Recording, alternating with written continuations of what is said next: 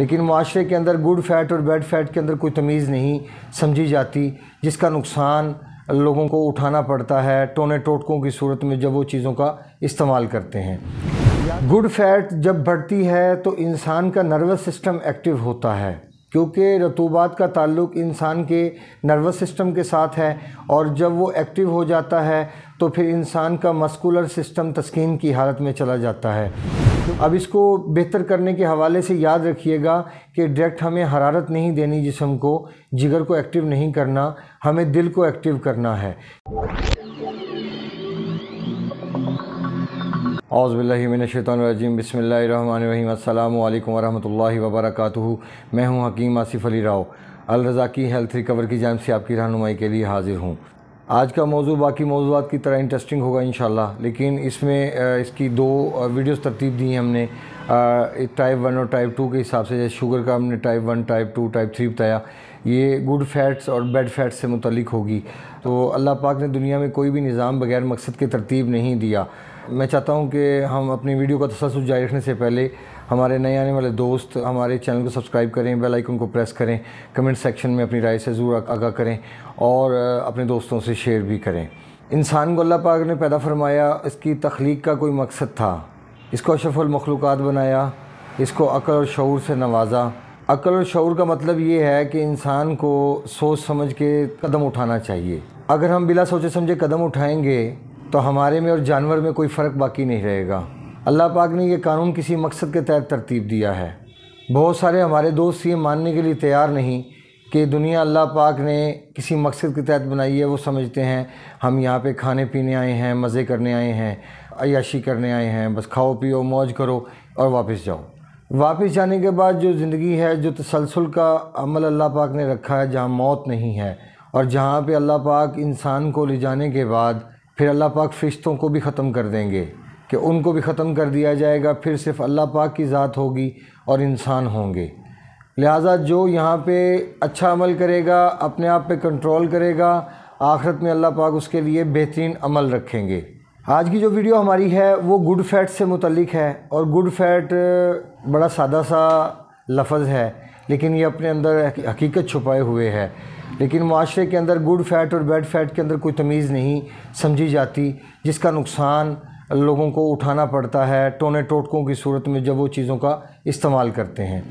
یاد رکھیں، کبھی بھی کسی چیز کو بلا وجہ استعمال نہیں کرنا چاہیے، نہ ہی اللہ پاک نے دنیا میں کوئی چیز بلا مقصد پیدا فرمائی۔ حضرت موسیٰ علیہ السلام نے ایک دفعہ اللہ پاک سے پوچھا، اللہ پاک تیرا چھپکلی کو پیدا کرنے کا مقصد کیا تھا؟ تو اللہ پاک نے فرمایا کہ موسیٰ، حیرت کی بات ہے کہ 2 دن پہلے چھپکلی بھی یہی سوال مجھ سے کر رہی تھی جو سوال تو نے مجھ سے کیا، کہ چھپکلی بھی پوچھ رہی تھی کہ اللہ پاک موسیٰ کو پیدا کرنے کا کیا مقصد ہے؟ تو اللہ پاک نے مسکراتے ہوئے یہ جواب دیا کہ چھپکلی بھی مجھ سے یہی سوال کر رہی تھی۔ تو اب دیکھیں کہ اللہ پاک کا نظام دیکھیں کہ چھپکلی کو پیدا فرمایا، اس کا بھی کوئی مقصد تھا، حضرت موسیٰ علیہ السلام کو پیدا فرمایا، اس کا بھی مقصد تھا۔ لہٰذا دونوں ہی اپنے اپنے مقصد کے تحت پیدا کیے گئے، اور اللہ پاک نے یہ نظام بھی ایک قانون فطرت کے تحت ترتیب دیا۔ اس میں کوئی سکم، اس میں کوئی جھول نہیں ہے۔ گڈ فیٹ کہاں سے پیدا ہوتی ہے، اس کو ختم کیسے کیا جا سکتا ہے، اس کے نقصانات کیا ہوتے ہیں؟ پہلی بات تو یہ سمجھیں، گڈ فیٹ کے پیدا ہونے کی وجہ صالح خوراک ہوتی ہے، جیسے بکرے کا گوشت، دیسی مرغی، یا مکھن کا استعمال، دیسی گھی کا استعمال، دودھ کا استعمال، اور اس سے متعلق جیسے کیلے کا استعمال، یہ ساری چیزوں کا استعمال، ایسی چیزوں کا استعمال کیا جائے کہ جو جسم کو ٹھنڈک کی طرف لے کے جائیں اور رطوبات بڑھا دیں۔ جب رطوبات بڑھ جاتی ہیں تو انسان کا وزن بڑھنا شروع ہو جاتا ہے۔ سم ٹائم ایسا ہوتا ہے کہ نہیں بڑھتا، لیکن زیادہ تر جو دیکھنے میں آتا ہے جن لوگوں کا اکثر بی پی شوٹ کرنا شروع کر دے۔ لیکن ان کو جاننا چاہیے کہ گڈ فیٹ جب پیدا ہوتی ہے، اس کے پھر انسان کے سٹمک پہ کیا اثرات مرتب ہوتے ہیں، اور انسان کے گردوں پہ کیا اثرات مرتب ہوتے ہیں، اور انسان کے جگر پہ کیا اثرات مرتب ہوتے ہیں، اس کے گردوں پہ کیا اثرات مرتب ہوتے ہیں۔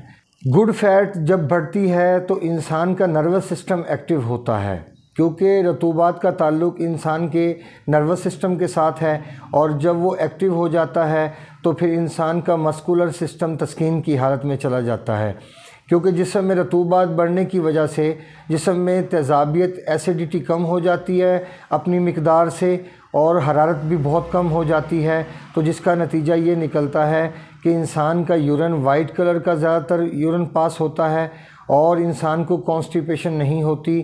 اگر کانسٹیپیشن ہوتی بھی ہے تو اس میں وہ تبخیر کا مسئلہ چلتا ہے جو رطوبات کے زیادہ ہونے کی وجہ سے پیدا ہوتا ہے. اور انسان ایسی حالت میں اگر میٹھی چیزوں کا استعمال کرتا رہے اور کیلے کا استعمال، جیسے میں نے آپ کو بتایا، دیسی گھی کا استعمال، مکھن کا استعمال، تو وہ چیز پھر چکنائی، چونکہ جسم میں حرارت کم ہوتی ہے، اس وجہ سے پھر وہ ہضم ہونے کے قابل نہیں ہوتی اور وہ دل کی شریانوں کے اندر رکنا شروع ہو جاتی ہے اور اس طرح بلڈ پریشر ہائی ہونا شروع ہو جاتا ہے. یاد رکھیں کہ ایسی کیفیت میں نقصانات یہ ہوتے ہیں کہ سم ٹائم ایسا ہوتا ہے کہ بعض جگہ پہ دیکھنے میں نظر آیا کہ دل بڑھ جاتا ہے، دل کا سائز انکریز ہو جاتا ہے، سانس چڑھنے کا عمل شروع ہو جاتا ہے، بلڈ پریشر ہائی ہونا شروع ہو جاتا ہے، شوگر ٹائپ 1 کی کنڈیشن میں انسان چلا جاتا ہے. اور بعض اوقات ایسا ہوتا ہے، لازم نہیں ہے کہ اگر 10 انسان گڈ فیٹ کا شکار ہیں تو 10 کے 10 انسانوں کو شوگر لازمی ہو. یہ کنڈیشن پہ ڈیپینڈ کرتا ہے جو انسان کے اندر کی صورتحال ہے کہ وہ کس طرف جھکاؤ زیادہ رکھتی ہے، اس سے متعلق عوارض سامنے آنا شروع ہو جاتے ہیں. اب اس کو بہتر کرنے کے حوالے سے یاد رکھیے گا کہ ڈائریکٹ ہمیں حرارت نہیں دینی جسم کو، جگر کو ایکٹیو نہیں کرنا، ہمیں دل کو ایکٹیو کرنا ہے.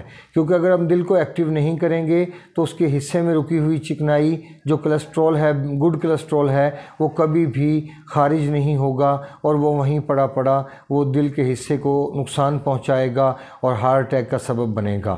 اگر اس کو ہم ٹھیک کرنا چاہتے ہیں تو اس کے لیے ہمیں جو چیزیں استعمال ہم کر سکتے ہیں روزمرہ کی روٹین میں، جیسے ہم حریر، بہیڑا یا آملہ، اس کا ترفلے کا استعمال کر سکتے ہیں، یا ہم اس کے ساتھ ساتھ لہسن کا استعمال، ٹماٹر کا، انڈے کا استعمال کر سکتے ہیں. ایسی حالت میں ہم سیب کا استعمال کر سکتے ہیں، جامن فالسے کا استعمال کر سکتے ہیں، لیمن کا استعمال قہوے کے اندر ڈال کے یوز کیا جا سکتا ہے، دار چینی اور لونگ کا قہوہ بنا کر وہ استعمال کیا جا سکتا ہے. اس میں 3 سے 5 قطرے آپ لیمن کے ڈراپ نچوڑ دیں اور اس میں میٹھا مت ڈالیں. یاد رکھیں اس کنڈیشن میں جو یورین کا کلر ہے بالکل وائٹ ہوتا ہے اور زیادہ مقدار میں آتا ہے، لہٰذا کوشش کیجئے کہ اس کو ایسا انسان استعمال مت کرے ان چیزوں کو کہ جس انسان کے جسم میں بیڈ فیٹ ہو اور وہ گڈ فیٹ کا شکار نہ ہو، اور بیڈ فیٹ کا شکار ہو تو اس کا نقصان اس کو اٹھانا پڑے گا. اور اس کے حوالے سے جو قہوہ بھی میں نے آپ کو بتا دیا، اس کے نقصانات بھی بتا دیے. یاد رکھیں دنیا میں کوئی بھی بیماری ایسی نہیں جس کا علاج اللہ پاک نے نہ اتارا ہو. انشاءاللہ آپ کی کوئی بھی پرابلم ہے ہم اس کو حل کریں گے. آپ ہم سے رابطہ کر سکتے ہیں. اپنے دوست احباب کا بہت سارا خیال رکھیں. السلام علیکم ورحمۃ اللہ وبرکاتہ.